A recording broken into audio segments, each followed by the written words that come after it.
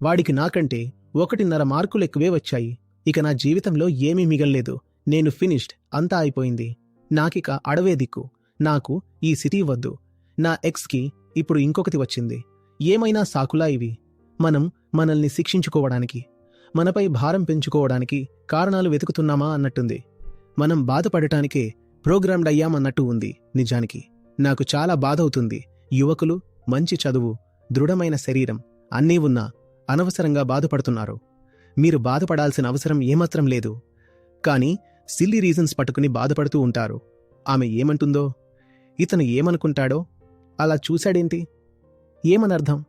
ఫేస్బుక్లో నన్నెందుకు లైక్ చేయలేదు? మీరు బాగానే ఉన్నారు, నేను బాగానే ఉన్నాను, ప్రతి ఒక్కరూ బాగానే ఉన్నారు. దేన్ని అంత పట్టించుకోనక్కర్లేదు. ప్రతిదీ తేలికగా ఆటలా తీసుకోండి. ఫలితాల గురించి ఆలోచించొద్దు. అవి వాటిదారిన అవే వస్తాయి. సరేనా?